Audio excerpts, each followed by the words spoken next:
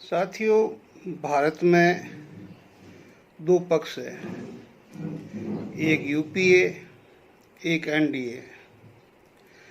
NDA को Bharatiya Janata party lead कर रही है, यूपीए को कांग्रेस लीड कर रही है।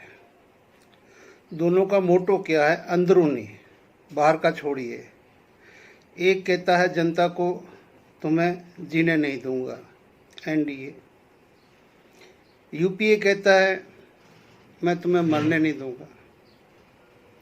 और दोनों को जनता की याद तब आती है जब दोनों सत्ता विहीन होते हैं।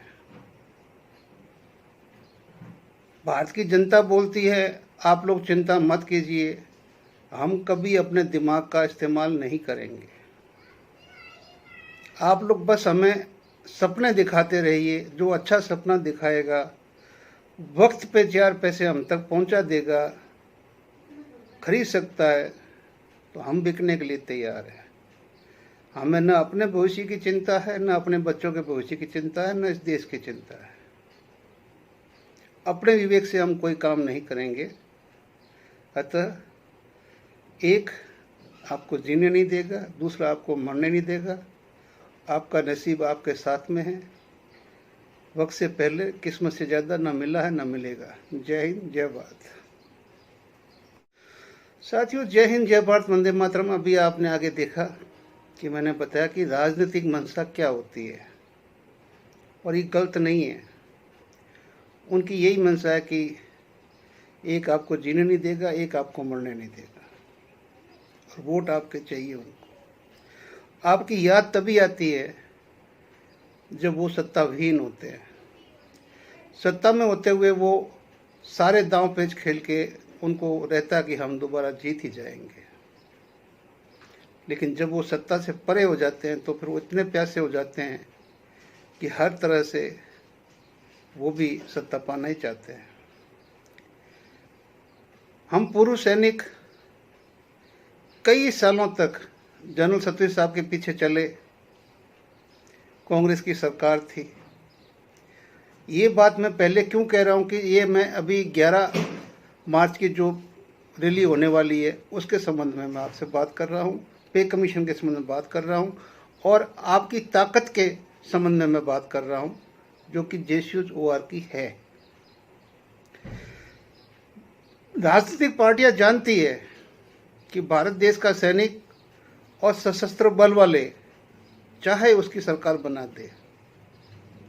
आपको याद होगा जब मोदी जी ने आपके ऊपर डोरे डाले, हमारे सारे अधिकारी हमें लेके, जो हम आंदोलनरत थे कितने ही सालों से, और एक साथ सब जाके बीजेपी में घुस गए और मोदी जी को सत्ता में ले आए। और सत्ता में लाने के बाद अधिकारियों के साथ क्या हुआ, आपके साथ क्या हुआ, मुझे कहने की ज़रूरत नहीं है। अभी भी आप है जो आंदोलनरत है, लेकिन आप की सुनने वाला कोई नहीं है। वही अधिकारियों का ग्रुप अभी वापस 9 फरवरी को जाके राहुल गांधी से मिलता है, क्योंकि जो लेना था बीजेपी से ले लिया। अब लगता है कि कहीं कांग्रेस आ गई तो हम पिछड़ न जाए, तो पहले से ही अपना गोटियां सेट कर लो। कर्नल रोहित तो है ही आगे। और जनरल सतवीर साहब का ऑडियो किसने नहीं सुना? पूर्व सैनिक ने, सबने सुना। उन्होंने प्रेस कॉन्फ्रेंस में खुद न आके और ऑडियो के थ्रू आपको संदेश दे दिया। जनरल सतवीर साहब से किसी को शिकायत नहीं मेरे ख्याल से। क्यों होगी? क्योंकि अधिकारियों को वो हक मिल गए जो कभी कोश्यारी कमेटी के अंदर लिखे ही नहीं गए थे। और कांग्रेस अगर चाहती तो कोश्यारी कमेटी बैठाई, जैसे ही उसका सबमिशन हुआ तुरंत अगर एक्शन ले लेती तो आज OROP लागू करने का श्रेय कांग्रेस को जाता, न कि बीजेपी को जाता। लेकिन वो भी तब अपने अहंकार में चूर थी। मैंने कर्नल रोहित साहब का भाषण सुना, बड़ा अच्छा भाषण था। मैं साहब से एक बात पूछना चाहता हूँ, ना कहूँ से ना दोस्ती, ना कहूँ से बैर। मैं बीजेपी की भी जो गलत नीतियाँ उसकी क्रिटिसाइज करता हूँ, चाहे कांग्रेस की है उसकी भी क्रिटिसाइज करता हूँ, चाहे किसी को बुरा लगे चाहे अच्छा लगे। क्या ये वही कांग्रेस पार्टी नहीं है कि जिसके हाथ में सब कुछ था? खोशरी कमेटी की रिपोर्ट थी, 2013 में आपने पॉलिसी लेटर भी निकाल दिया था OROP का, लेकिन उसमें आप लोगों ने अधिकारियों को शायद वंचित होने का पूरा डर था, और आपको पता था कि जेशू जवान अधिकारियों के पीछे चलते हैं, इस करते आप निर्णय नहीं ले पा रहे थे, और तब तक मोदी जी ने हाथ मार लिया और वो सत्ता में आ गए। अब आप जो बातें बता रहे हो, 9 फरवरी को मीटिंग तो हो गई आपकी, अब 11 मार्च को आप एक जंतर मंतर पे रैली बुला रहे हो, या हड़ताल कर रहे हो, या कुछ भी कर रहे हो, एक आंदोलन कर रहे हो। आपको याद है कि जब सेना के अंदर एक आपकी सरकार ने आदेश जारी किया था कि जितने भी कैटेगरी डाउन थे सबको एक साथ निकाल के बाहर किया था, और वो सिर्फ JCU जोआर थे, उसमें अधिकारी नहीं थे, -1% के लिए थे, क्योंकि जो उस टाइम का जो रूल्स रेगुलेशन थे कैटेगरी के, उसमें इस तरह के लूप होल थे कि जिसके अंदर एक अधिकारी किसी भी तरह किसी भी कंडीशन में नौकरी कर सकता है, और जितने भी कैटेगराइज अधिकारी थे सारे के सारे, चाहे कमर में पट्टा बांधे, चाहे गले में पट्टा बांधे, चाहे हाथ में चुटिया ले, वो अपनी पोस्टों में बैठे हुए नौकरी कर रहे थे, तनख्वाह ले रहे थे, और पेंशन आए तो उनको डिसेबिलिटी पेंशन भी मिल चुकी है। लेकिन अब पासा पलट गया। अब हमारा JCU जवान ये नहीं सोच रहा कि भाई मैं 12 लाख के अंदर आता हूँ तो 12 लाख इनकम टैक्स मेरे को तो लगने वाला नहीं है, लेकिन हमारे साहब लोग बुला रहे हैं। पहले सतवीर साहब ने बुलाया था, आपकी झोलियाँ भर गई, OROP मिल गई। मैं हमेशा बोलता हूँ कि तीसरी OROP तो मुझे एक बंदा वैसा यहाँ मेरे पास आके मिला जिसका 1 साल में 20 पैसा, 5 साल में 1 रुपया बढ़ा था। पता नहीं वो गणना करने का कौन सा यंत्र था या कौन सा मैथमेटिक्स थी, लेकिन 1 रुपये बढ़ा था। धीरा राम बिश्नोई, जिसका मैं कई बार ऑडियो में जिक्र कर चुका हूँ। अब हमारा JCU जवान यही बोल रहा कि हमने कसम खा ली कि हम अपने दिमाग से कभी नहीं सोचेंगे।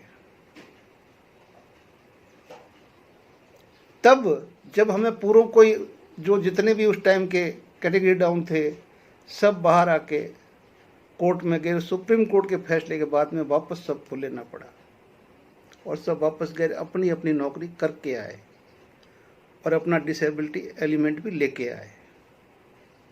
कोर्ट ने आपका साथ दिया।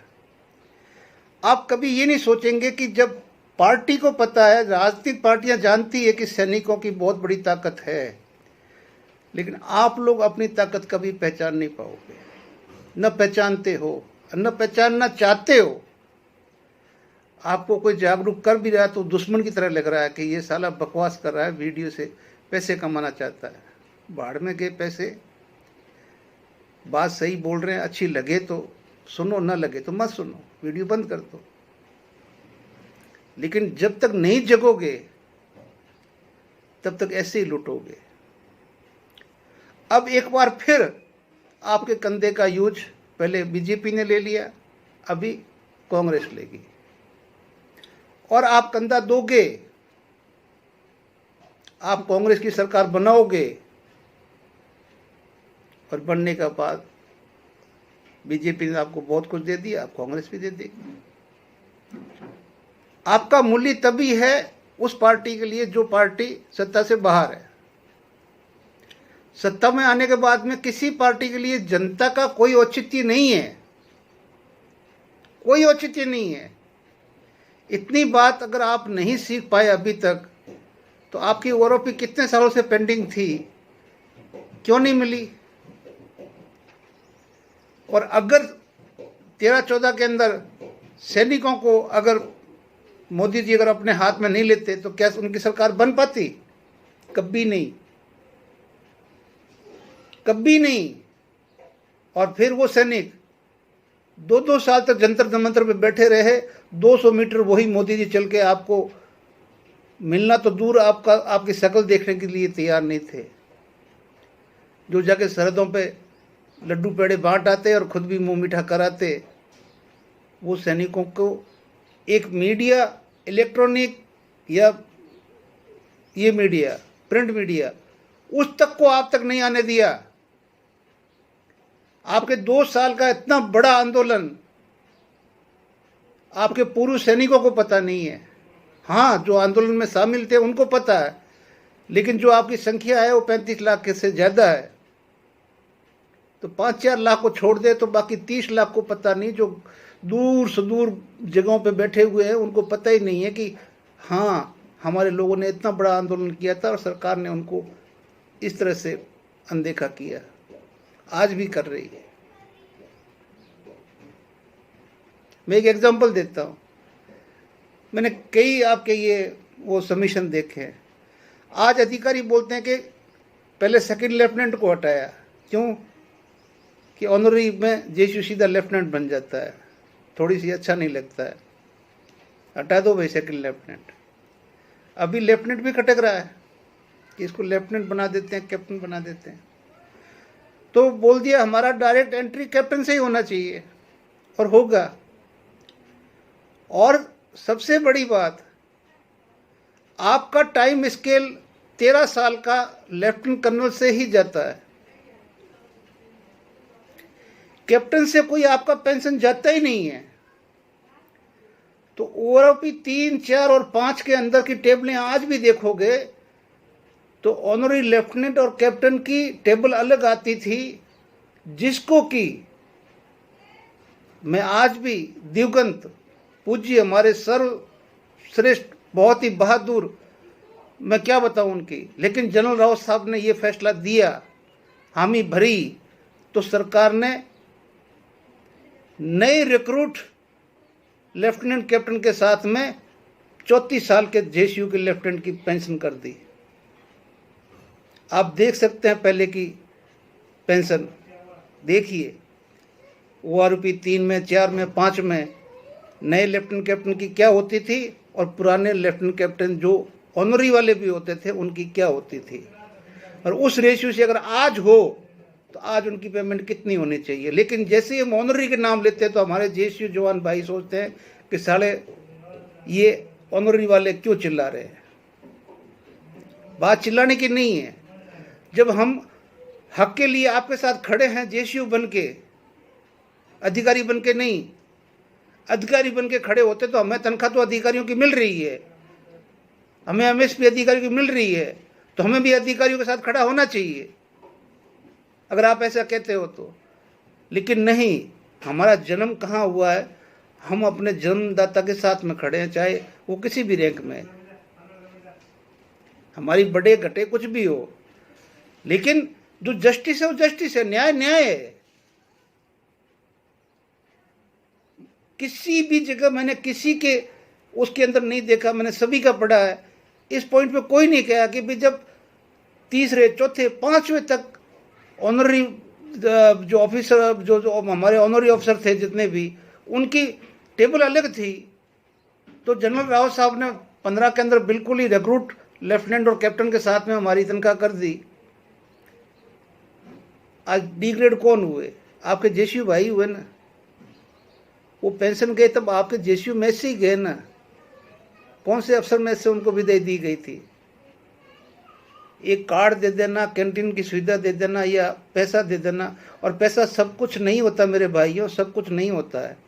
लेकिन किसी ने कहा है ना कि अपना हक छोड़ना भी बेवकूफ़ी होता है। जो आपका हक है क्यों छोड़े?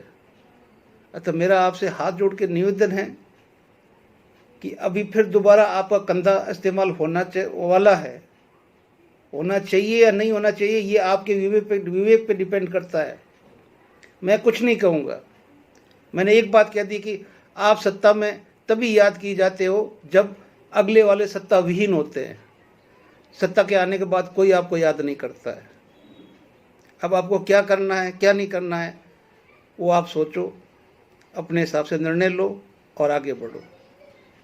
हमारे साथ 101% धोखा अब भी होने वाला है और होगा, कोई रोक नहीं पाएगा। जय हिंद, जय भारत, वंदे मातरम।